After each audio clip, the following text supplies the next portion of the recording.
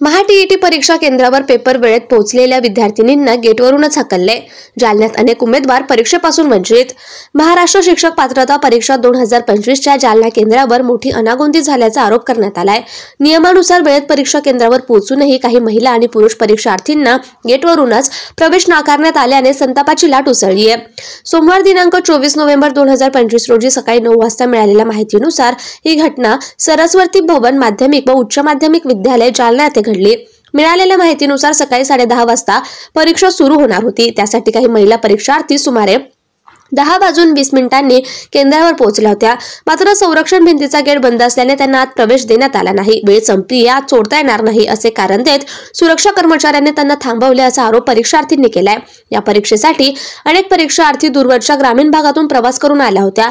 वाहतुकीतील समस्या, प्रवासातील अडथळे, वेळेआधी केंद्रावर पोहोचण्याचा त्यांचा प्रयत्न झाला, मात्र गेट न उघडल्याने त्यांचा वर्षभराचा अभ्यास आणि प्रयत्न व्यर्थ गेल्याची खंत त्यांनी व्यक्त केली। गेट बाहेर उभ्या असलेल्या महिला परीक्षार्थी रागाने भरलेल्या होत्या। माध्यमांशी बोलताना त्यांनी प्रशासनाविरोधात नाराजी व्यक्त केली। त्यांनी म्हटलं की आम्ही 10:20 पोहोचलो, अजून पेपर सुरू झाला नव्हता, तरीही आम्हाला आत सोडलं नाही।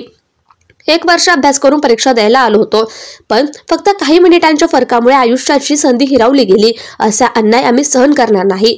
या घटनेमुळे विद्यार्थी आणि पालकांमध्ये मोठा संभ्रम आणि रोष निर्माण झाला।